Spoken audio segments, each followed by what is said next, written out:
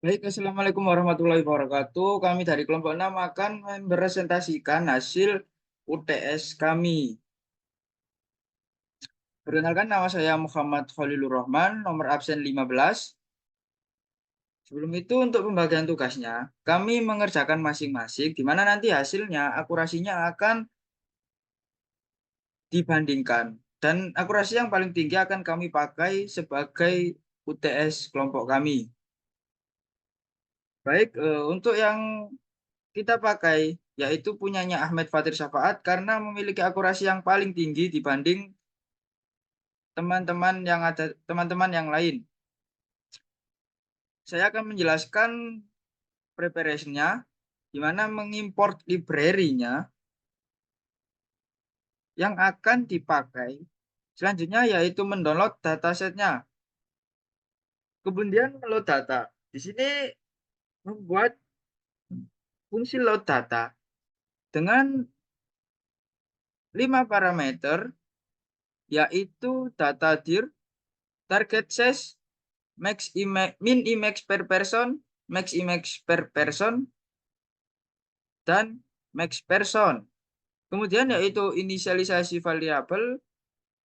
Di sini terdapat 3 variabel yaitu data untuk menyimpan gambar dan labelnya, kemudian label map untuk memetakan nama folder ke angka, selanjutnya yaitu image per label untuk menghitung jumlah gambar per label.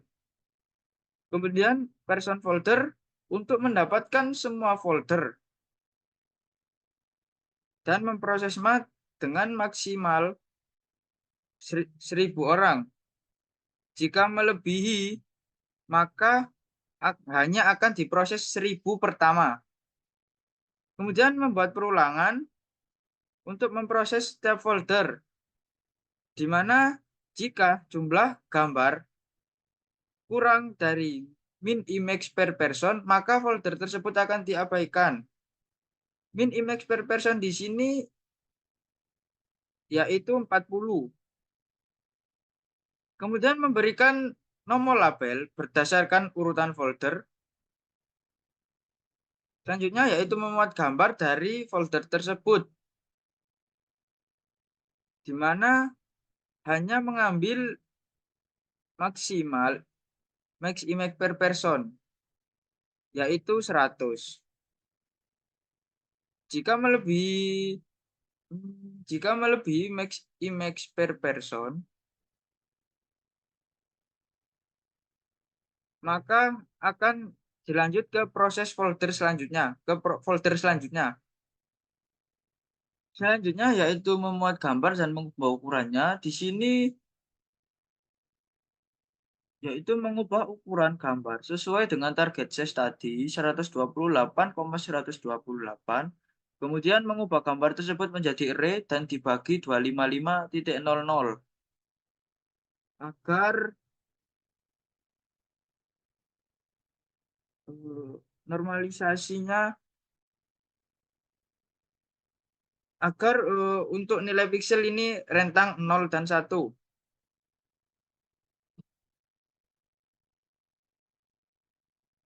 Kemudian yaitu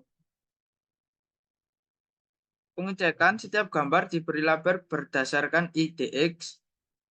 Setiap gambar diberi label berdasarkan IDX yang ada di label map tadi.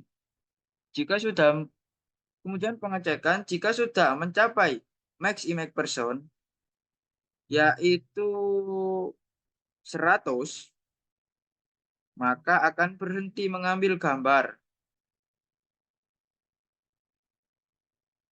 Kemudian mengkonversi ke array NumPy, hanya bagian gambar. Image array di sini berisikan gambar-gambar dengan tiap elemen yang sudah diproses tadi dengan ukuran 128,128,3. 3 di sini yaitu RGB warnanya. Kemudian label array di sini menyimpan label dari setiap gambar dalam bentuk numerik. Kemudian mengembalikan fungsi tersebut.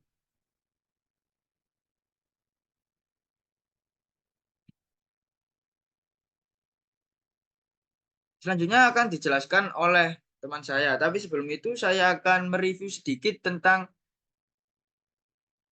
yang sudah saya kerjakan. Di sini saya menggunakan Image Data Generator untuk meload data gambarnya, kemudian memisahkan data train sebesar 80% dan juga data tes 20%, di mana keduanya ini menargetkan size-nya 32,32. Kemudian saya membuat model, saya menggunakan model CNN dengan mengekstrak fitur convolution dan memberikan filter 32 serta kernelnya 3,3. Input shape-nya di sini mengambil dari target size tadi. Kemudian di sini saya menambahkan dropout supaya untuk mencegah overfitting. Selanjutnya saya melatih model tersebut dengan 25 epoch. Di sini saya melatih 25 epoch sebesar berapa jam ya? Melatih 25 epoch tadi kira-kira 11 jaman lah. Kemudian mendapatkan hasil akurasinya yaitu 11,55%. Sekian.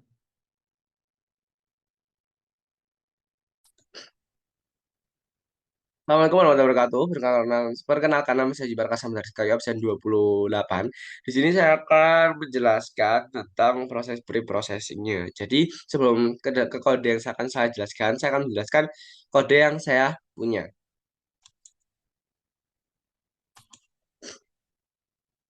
Nah, jadi pada kode yang saya punya itu adalah saya sama juga menggunakan HUG dan saya juga meresize dan grayscale dari gambar.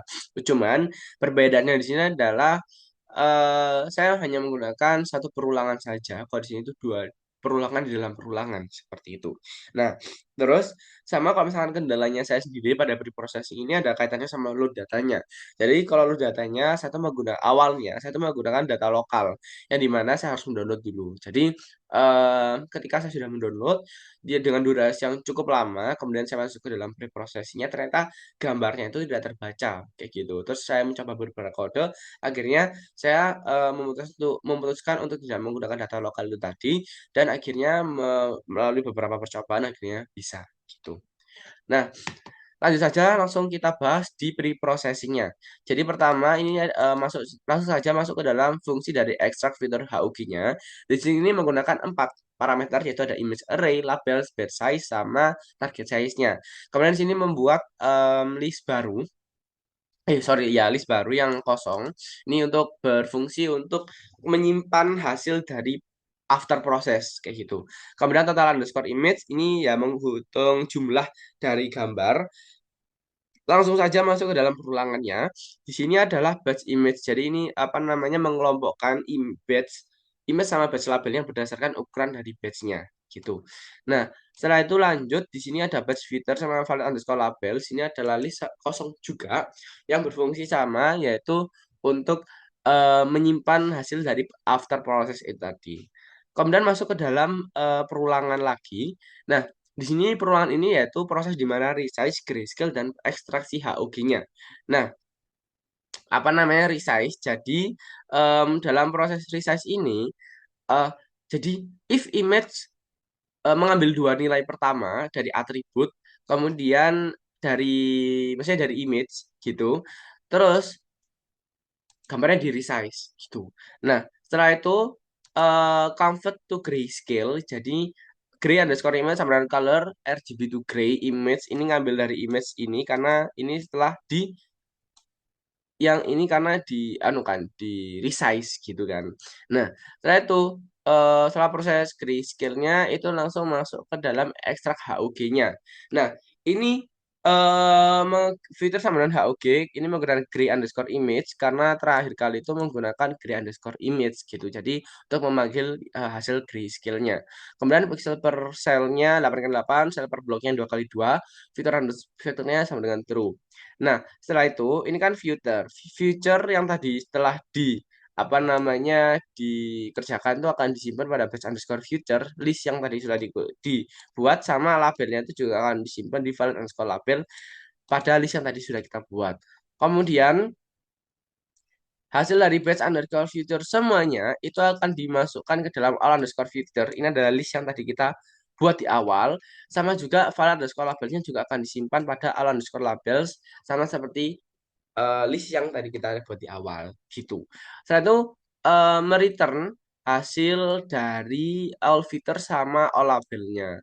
Kemudian kode berikutnya adalah fitur label underscore HOG extract. Jadi ini tuh memanggil dari fungsi ekstrak fitur HOG yang ini gitu. Nah, saya tuh mencetak bentuk fitur HOG sama bentuk labelnya.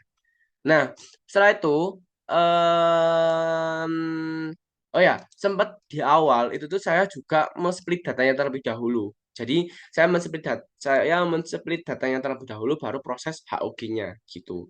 Nah, terus apa namanya setelah itu di sini ada proses split datanya. Jadi di sini seperti yang dilihat, jadi untuk test size-nya itu adalah 20% dan untuk train-nya berarti otomatis 80%.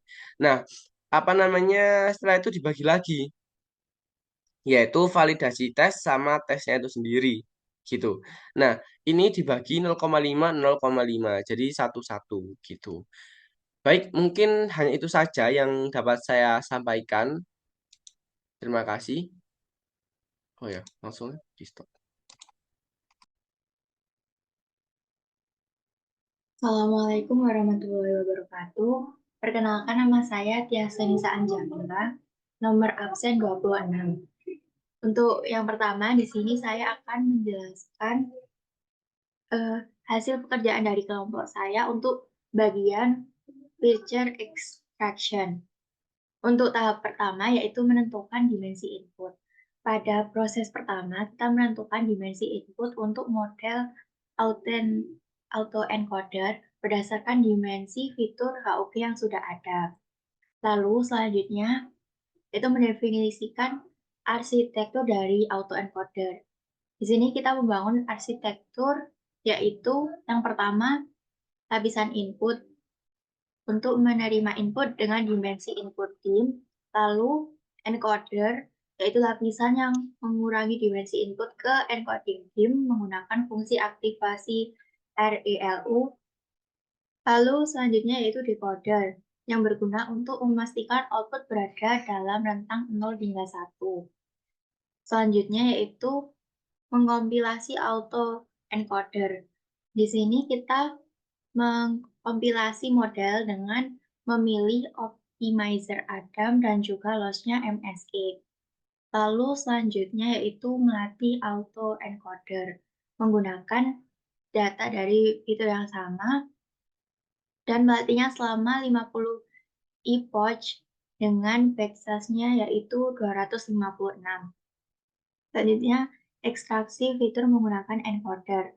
Di sini menggunakan bagian encoder untuk ekstraksi fitur dari data yang asli. Lalu, proses terakhir yaitu menampilkan bentuk fitur yang sudah diekstraksi. Tampilannya dapat dilihat sebagai berikut ini. Dari hasil pelatihan autoencoder ini menunjukkan bahwa loss atau kesalahan rekonstruksi mencapai nilai konstan, yang menunjukkan model berhasil mempelajari fitur utama dari data. Lalu selanjutnya di sini juga ada fitur diekstraksi dan juga direduksi menjadi dimensi, yaitu 22.873,200. Lalu yang selanjutnya di sini saya akan menjelaskan kerjaan dari saya sendiri. Dapat dilihat di sini saya terdapat pemrosesan untuk download dataset. Lalu di sini terdapat proses preparation-nya. Lalu di sini selanjutnya yaitu ada load data. Untuk bagian ini saya hanya mengambil 100 subjek teratas saja. Di sini terdapat proses iterasi untuk setiap folder untuk mengumpulkan gambar dan labelnya, lalu memisahkan data menjadi data latih dan data uji sebesar 80-20 split, lalu menampilkan informasi tentang data yang telah dimuat. Untuk informasinya sendiri dapat dilihat di sini. Lalu di sini saya juga menampilkan 5 gambar. Untuk proses selanjutnya yaitu preprocessing. Pada proses preprocessing sendiri terdapat proses pra-pengolahan data dan juga preprocessing data latih dan data uji. Yang selanjutnya yaitu pada proses feature extraction. Di sini saya menggunakan model VGG16.